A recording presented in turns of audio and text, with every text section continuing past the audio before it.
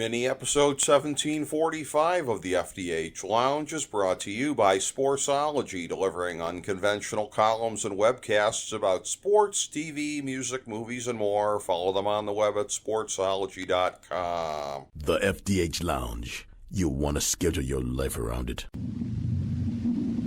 A long time ago, on a gloomy, wet Cleveland spring night, two men stand alone amidst the late-night drizzle. Their voices echo across the vacant station parking lot as they debate the merits of the great American radio show that have been missing for far too long. On that night, an idea was born. That idea became the FDH Lounge.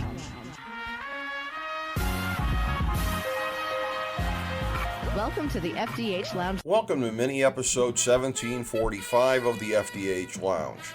This is FDH Managing Partner Rick Morris here with our analysis of three major global conflicts at the moment. It might be a cliche about World War I and the invasion of Kuwait happening in August, but this is the month of the year that has sometimes led to very bad situations seemingly out of nowhere, and we can only hope that 2024 won't be one such year.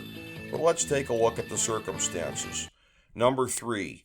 Anti-immigration riots across the UK could lead to mass conflict or even spread onto the European continent. Elon Musk posted on Twitter, sometimes erroneously called X, that civil war in the UK is inevitable, which is a statement that could be punished by the British government. While that is probably typical overstatement on his part, these riots are being fueled by the same sentiment that dominated the outcome of the EU Parliament elections in June. The sense that the continental governments are allowing a turbulent reshaping of society through absolutely unmitigated immigration. Sadly, when governments are unresponsive, irresponsible and criminal elements tend to step in, and the attempted mass murder of immigrants via hotel arson is just the most evil of the results we've seen thus far.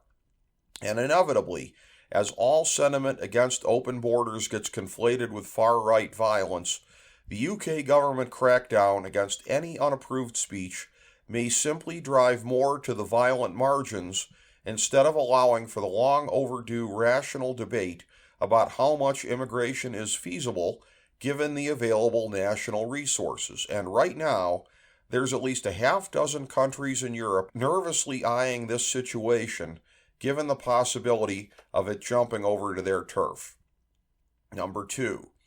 Ukraine's latest cross-border skirmish with Russia could be a big one. The ground attack in Kursk is significant because the Ukrainians established, at least temporarily, control over the critical Sudza gas hub, which is the key to how the Russians have been keeping sanctions from killing their economy.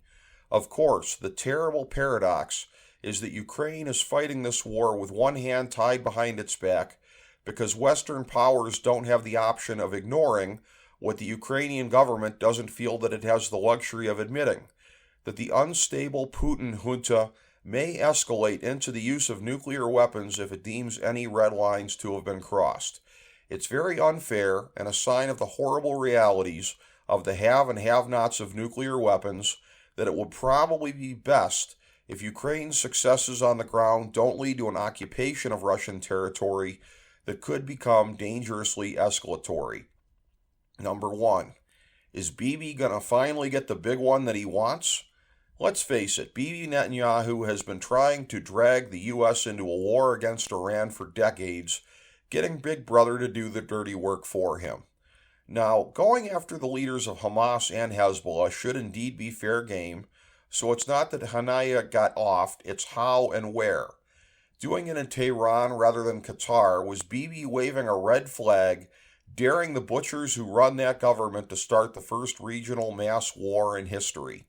Hezbollah seems ready to super-escalate on their own, so it's possible that Iran simply settles into their usual support role rather than declaring war on their own. Just think, the biggest, bloodiest war that we've seen yet between Israel and all of southern Lebanon may be the best-case scenario right now, and this is with global markets already in turmoil.